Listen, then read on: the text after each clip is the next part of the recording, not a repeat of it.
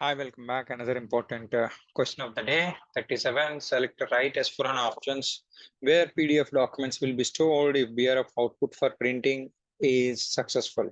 Okay. So the options are Oracle database, system RAM, local drive, OData, KPro archives, pool tables, object builder. Okay. If you know the answer, you can comment. So this will be 100% helpful for your certification preparation. If you look at here, all these are the different courses available at my end.